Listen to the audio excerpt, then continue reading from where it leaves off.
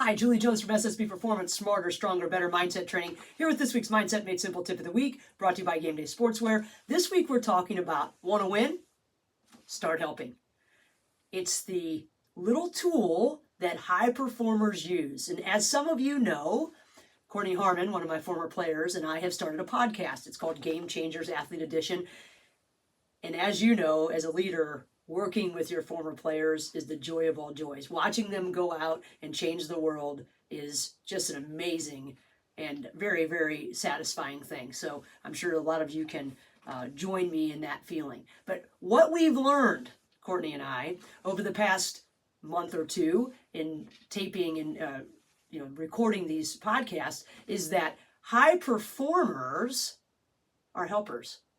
We're trying to figure out what high performers do and how do we unlock that in our kids and how do we help kids unlock it in their performance. And what we have come to so far, after talking with Katie Scott and her parents, after talking to Michael Blair from the NFL, after talking to JP Nerbun, who is the author of the Culture Code and the Parent Playbook, and then also talking to leadership expert Jason Renee, so far, all of them have gone back to helping others and what that has done for their own performance, for the teams that they've played on, for the teams that they've led. And who would think, as we're thinking about peak performance tools, that this would be the running theme so far? But it's so exciting. And as I think back to my career, one of the highlights of it was our community service. And sometimes that felt like an extra burden. And I'm sure those of you that do things outside of practice or outside of work time, you'll think, gosh, I just want to go home. But every time that we engaged in the community, we gave, but we got back so much more.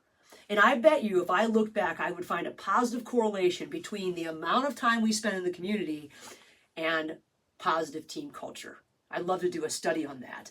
But even Mr. Rogers has got in on the Helpers Act. You might remember this quote that he said his mother said to him. He says, "When I was a boy, I would see scary things in the news, and my mother would say to me, 'Look for the helpers.'"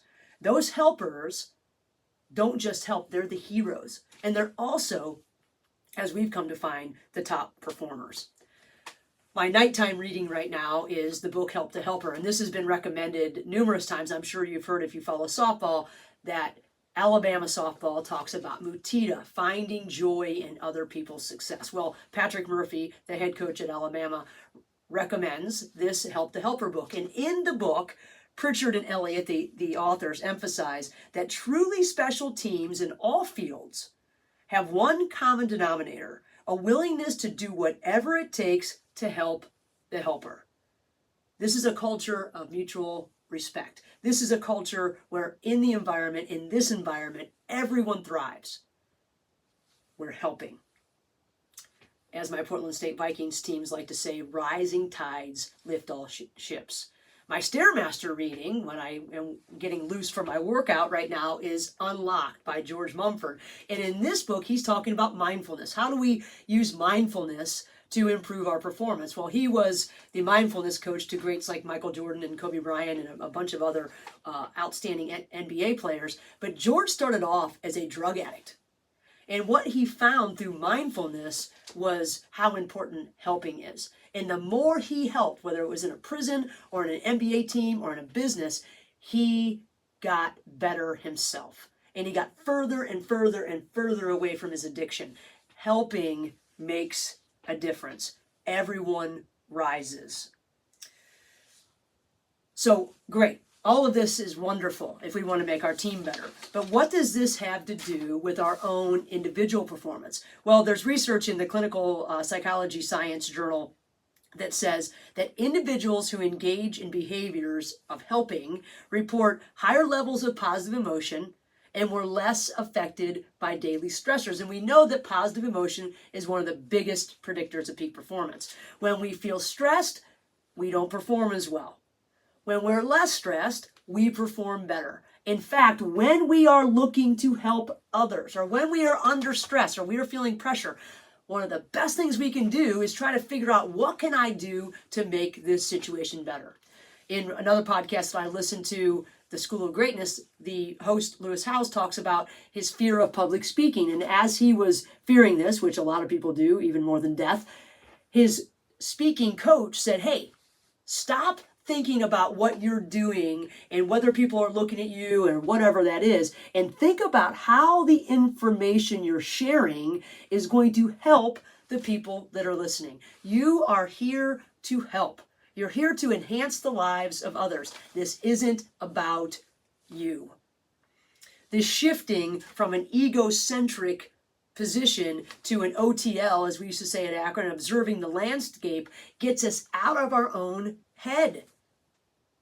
It gets us off of us and onto someone else, is what I like to say to other people when we're working with different teams. We're looking around to see how we can make the situation and the environment better. And when we are looking for that, we have a tendency to perform better because we're not thinking about every little thing that could happen or every little thing that could go wrong or what happened a minute ago. We're not in the past. We're not in the future. We are in the present, and we are mindful of that. This is also known as what psychologist Shelley Taylor calls the tend and befriend response. And she says that seeking social connection during stressful times is much more beneficial than our fight or flight response. It reduces stress and it builds social connection. Now, we're not working on making friends when we're out on the pitch or out on the field. It's not about like enhancing our friendships at that moment. But what it is about is using our connection to be more creative, using our connection to make quicker and better decisions, using our connection with others to reduce our overthinking, to trust our training, to help on the help side or whatever, defense, whatever it might be. We are creating a feedback loop that supports excellence and drives sustained success. Legendary coach John Wooden says this: a team will never succeed if the members are more concerned about their own performance than the performance of the group. And we know this, but we're not wired this way. And our culture does not set us up for this. That's the unfortunate part. So now that I've been thinking about helping all the time, my RAS, my reticular activating system, is looking for this everywhere, right? In my nighttime reading, in my Stairmaster reading, in the podcasts I'm listening to. I was listening to the Way of Champions podcast with John O'Sullivan the other day, and he hosted Greg Olson, former NFL great, and Greg was talking about the fact that as a receiver in the NFL, you may be targeted 4 or 5 times a game. But there are 60 to 70 offensive snaps. And if you only get excited about the snaps that you're a part of, you're not helping your team. Why? Because you have to, sometimes you're the decoy. I don't know football terms. I love football. But maybe you're the guy that is going to pull somebody off because the ball's going over there. If you don't do your job and help in every single play, you're not going to move the ball.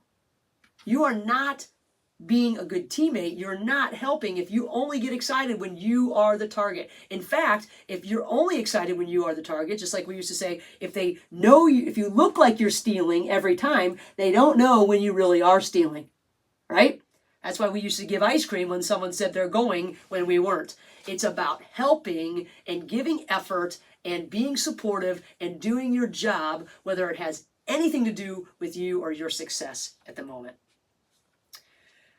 Running great routes, saying she's going when you're really not going, all of these things help us physiologically as well. The act of helping others activates our brain's reward systems, our centers, leading to what they call a helper's high. So not only are we making things better, we feel better. When we help, we feel better. Think about the last time you helped someone. Even if it was just like bending over and picking up something that somebody dropped. You bend over, you hand it to them, you have this nice exchange. The neurotransmitters in your brain change, and you feel better than you did before that person dropped it. Even as simple as that, we know this is the case. We feel better, and we're going to stay on the field longer too.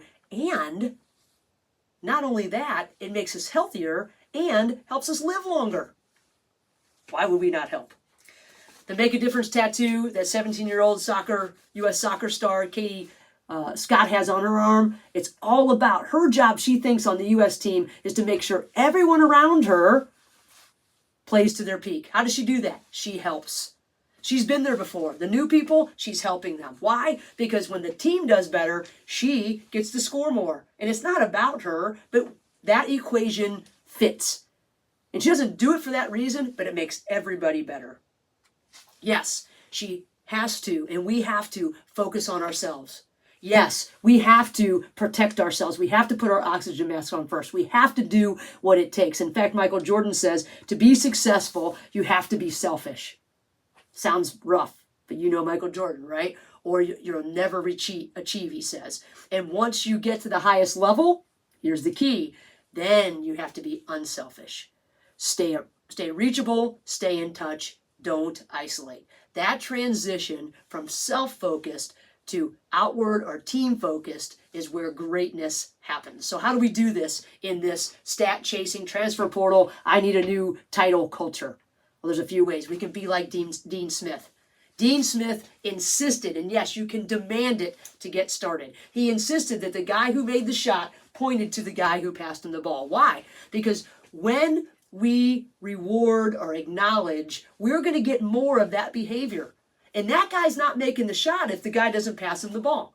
Plain and simple, I can't do it without you. You're helping me, I'm helping the team, we're helping each other get better. Number 2, ask teammates to point out how somebody helped the team get better today. Now we're looking for helpers. Now we're acknowledging the good that's going on. She helped me do this and it made practice better. She helped us do this and it gave us a chance to win.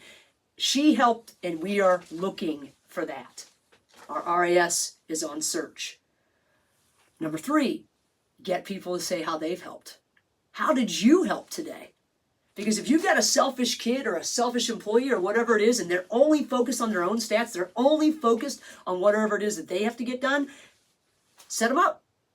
How'd you help today? Who did you help today? What did you help today? I use this with my teams all the time when we're doing our well, better, how. What are you contributing to what's going well? It's imperative that they know what they're contributing to what's going well. Because if they don't know, they're not going to repeat it. And if they don't have anything to add, well, they better step it up. So what did you do to help somebody? And then finally, of course, we have to model it as leaders. We have to help people do things better or easier. We have to overthink, as Daniel Coyle talks about in the Culture Code. We have to model the behavior that we want. And if we are helpful, other people will be helpful too. If we're not helpful and we don't acknowledge helpful behavior and we're not saying thank you to the people who do help, then that's what we're going to get. And we know that. These small gestures make a big difference. They have a significant impact on the giver and the receiver and everyone's performance. So embracing this helper mindset that we're learning about in the Game Changers podcast, Athlete Edition, is just awesome. And it makes me excited about champions and what they can model for the younger athletes that are coming out. So often, our world right now is focused on what can you do for me? But what we're finding is that winners say, what can I do for you? And that's the mindset that we need. Talk about game changing. Fun, fun, fun stuff. So check out this week's podcast dropping on Friday. JP Nerbun, author of The Culture Code and The Parent Playbook. He's great. Two weeks of that, and then we've got Jason Renee, leadership expert. Good stuff. Game Changers, Athlete Edition with Julie Jones and Courtney Harmon. And if you're interested in getting your team a great mental performance program, Julie J at ssbperformance.com. Have a great week.